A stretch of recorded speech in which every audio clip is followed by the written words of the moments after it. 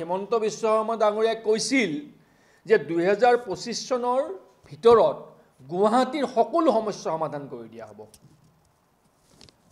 তাৰ ফলশ্ৰুতিত আমি 2025 চনত কি দেখিলোঁ? মেট্ৰ' ৰেল, বুলেট ট্ৰেইন চলিব লগা গুৱাহাটীৰ বাটপথত প্ৰতিটো পথত নাও চলিল।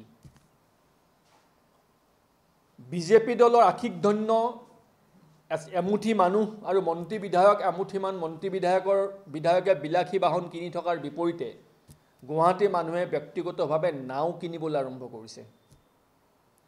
গুৱাহাটীৰ মেইন হলত মানুহ পৰিছে। কালি পৰহি কেইবাটাও ঘটনা ঘটিছে। মেইন হলত মানুহ পৰিছে, দৈৱক্ৰমে ৰক্ষা পৰিছে, কোনোবা উদ্ধাৰ কৰিছে। যিকোনো প্ৰত্যাহ্বানৰ মুখামুখি হ'ব পৰা দক্ষতা এইখন চৰকাৰৰ নাই। সুদীৰ্ঘ 25 বছৰ ধাৰাবাহিকভাৱে ক্ষমতাত থকা একমাত্ৰ ব্যক্তিজন হিমন্ত বিশ্ব শৰ্মা অসমৰ ৰাজনৈতিক ইতিহাসত। আৰু এই 25 বছৰ সম্পূৰ্ণ কৰি ৰূপালী জয়ন্তী বৰ্ষত ভৰি দিয়া হিমন্ত বিশ্ব শৰ্মা ডাঙৰীয়াৰ 25 বছৰ কৰ্মৰ ফলশ্ৰুতি এইটো। গুৱাহাটী মহানগৰৰ মূল ঘাইপথত মৃতদেহ কলৰ ভূৰত কঢ়িয়াবলগীয়া হ'ল। মেইন হলত আজিও মানুহ পৰি আছে। আমাৰ কেইটামান নিশ্চিত প্ৰশ্ন নিশ্চয় থাকিব। সেই প্ৰশ্নসমূহৰ উত্তৰ আমি বিচাৰিছোঁ।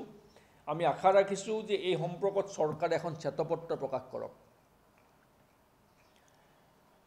2009 চনত জুলাই মাহৰ 9 তাৰিখ 2009 চনত গেজেট নটিফিকেশ্যন হৈছিল গুৱাহাটীৰ মাষ্টাৰ প্লেন 2025। আৰু সেই সময়ত চৰকাৰৰ মুখপাত্ৰ আছিল আজিৰ মুখ্যমন্ত্ৰী হিমন্ত বিশ্ব শৰ্মা ডাঙৰীয়া। তেখেতে নিজে ঘোষণা কৰিছিল। তেখেতৰ ঘোষণা অনুসৰি যে 2025 গুৱাহাটীৰ মাষ্টাৰ প্লেনখন গেজেট নটিফিকেশ্যন কৰা হ'ল, এডপ্ট কৰা হ'ল, আৰু এই মাষ্টাৰ প্লেনখন কাৰ্যকৰী কৰা হ'ব। অসমৰ গুৱাহাটীত আৰু কোনো সমস্যা নাথাকিব।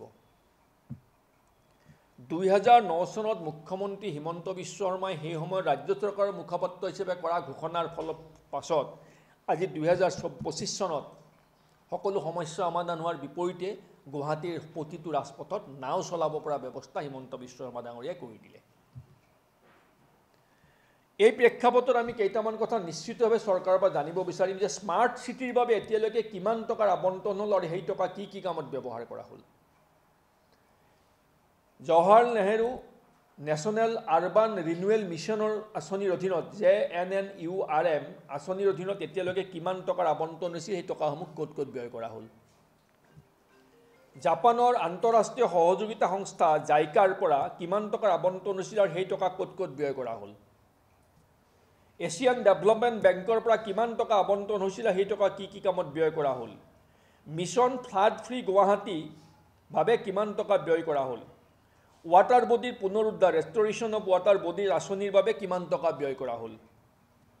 ফ্লাড আৰ্লি ৱাৰ্ণিং ছিষ্টেমৰ বাবে কিমান টকা ব্যয় কৰা হ'ল। Major schemes of curb artificial ফ্লাডিঙৰ বাবে কিমান টকা ব্যয় কৰা হ'ল। ইনফ্ৰাষ্ট্ৰাকচাৰ এণ্ড পলিচি ইনিচিয়েটিভৰ অধীনত মাষ্টাৰ প্লেন অফ গুৱাহাটী 2025 কি হ'ল আৰু তাত কিমান টকা ব্যয় কৰা হ'ল, কি আঁচনি গ্ৰহণ কৰা হৈছিল, কি আঁচনি ৰূপায়ণ কৰা হ'ল। এই ধৰণৰো বহু প্ৰশ্ন আছে। মুখ্যতঃ প্ৰশ্নকেইটা আমি হিমন্ত বিশ্ব শৰ্মা ডাঙৰীয়া ৰাজ্য চৰকাৰক যথাৰ্থে আগবঢ়ালোঁ আপোনালোকৰ জৰিয়তে।